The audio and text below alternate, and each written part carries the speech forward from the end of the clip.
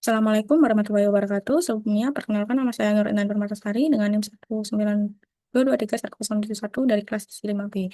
Pada kesempatan kali ini, saya akan melakukan review artikel mengenai diet history.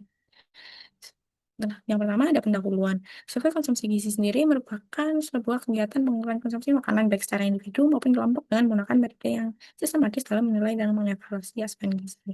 Metode yang dapat digunakan dalam menilai kecukupan asupan makanan, yakni seperti 24 hours food recall, food weighting, estimate food recall, FFQ, dietary history, dan juga SDO-FFQ. Dietary history ini sendiri merupakan metode recall 24 jam mengenai asupan makanan yang dikonsumsi oleh individu dengan tambahan informasi mengenai pola makan secara keseluruhan. Food Frequency Questionnaire sendiri merupakan cara memakai daftar makanan secara komprehensif dalam mencatat asupan makanan dalam periode waktu tertentu, baik harian, mingguan, maupun bulanan. Eh, Berikut merupakan salah satu dari 3 artikel yang telah saya kutip untuk dilakukan review. Salah satunya saya gunakan sebagai artikel utama. Ini dengan judul Failure of Exclusive Breastfeeding and Inadequate Frequency of Complementary Feeding as Predictor of Stunting yang ditulis oleh Gyawati Yulilania Okinarum.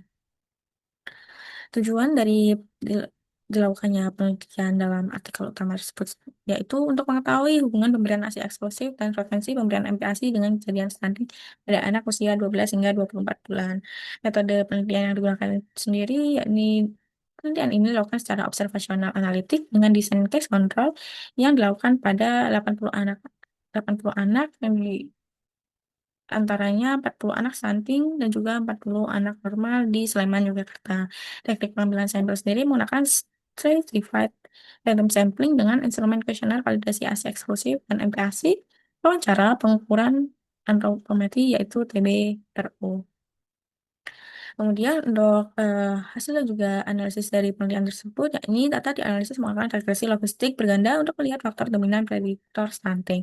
Variabel kontrol yang digunakan adalah jenis kelamin anak, pekerjaan ibu, dan juga status ekonomi. Dari analisis tersebut diberikan hasil bahwa anak tanpa ASI eksklusif memiliki resiko stunting 5,17 kali lebih tinggi. Berbeda dengan anak dengan frekuensi MBASI yang tidak adekuat memiliki resiko stunting 3,85 kali lebih tinggi. Dan di mana kedua faktor tersebut merupakan proteksi dominan terhadap terjadinya stunting. Kemudian terdapat kelebihan dari artikel tersebut, yakni yang pertama, artikel tersebut menggunakan desain case control yang sesuai untuk mengidentifikasi faktor risiko. Dan yang kedua, analisis multivariat memberikan hasil yang lebih kuat dengan kontrol variabel perancu. Dan yang ketiga, relevan dengan isu kesehatan masyarakat di Indonesia. Kekurangan dari artikel utama itu sendiri, yakni yang pertama jumlah sampel yang relatif kecil yang dilakukan pada 80 anak saja. Kemudian yang kedua fokus terbatas pada satu daerah yaitu Sleman sehingga generalisasi kurang luas. Kemudian yang ketiga tidak membahas mengenai faktor lain seperti adanya infeksi atau buruknya sanitasi. Kesimpulan yang dapat saya ambil dari artikel utama yakni ASI eksklusif, frekuensi pemberian MPASI yang adekuat merupakan faktor protektif utama terhadap stunting pada anak usia 12 hingga 24 bulan. Kemudian berkembangkan 2 jurnal pendukung jurnal utama, yakni dengan judul judul jurnal pertama yaitu hubungan pola makan dengan kejadian gastroesophageal reflux disease pada mahasiswa di ITSKRS Dr. Supron Malang yang ditulis oleh Alaya Permata dan juga Rahmawati. Kemudian untuk artikel yang kedua dengan judul hubungan antara asupan makan, status gizi, dan aktivitas fisik dengan kejadian COVID-19 pada orang dewasa, overweight, dan obesitas yang ditulis oleh Susan Halim dan Ayuria. Tujuan dilakukannya penelitian pada jurnal pertama yaitu untuk mengetahui hubungan pola makan dan dengan kejadian GERD pada mahasiswa.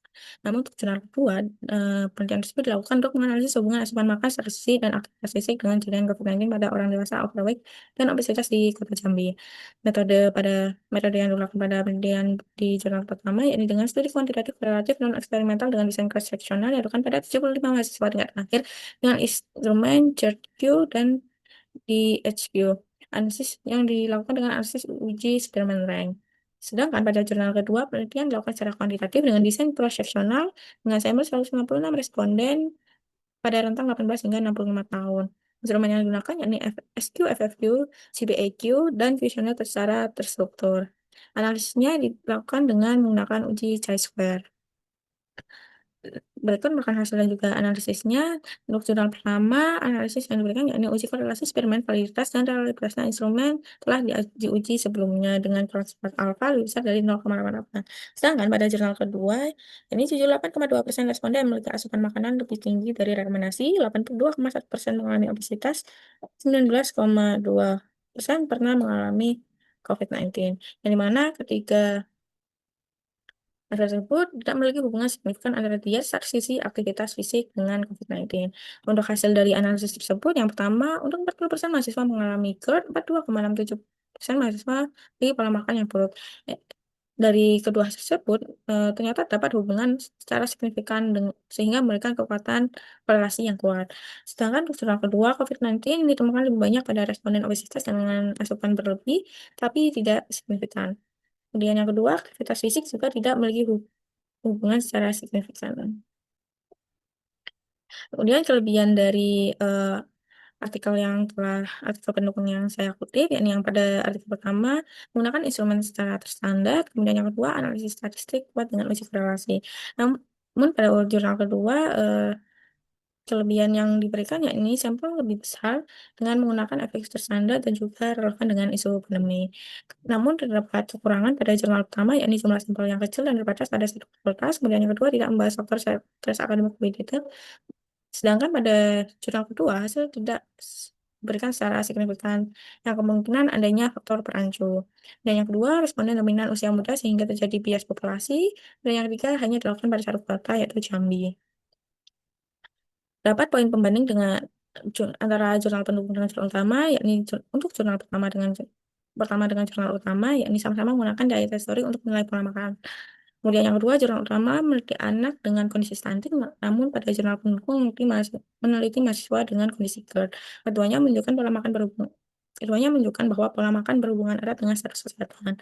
Kemudian untuk jurnal kedua sama-sama mengukur diet melalui diet history, yakni baik makan FFQ maupun DHIQ.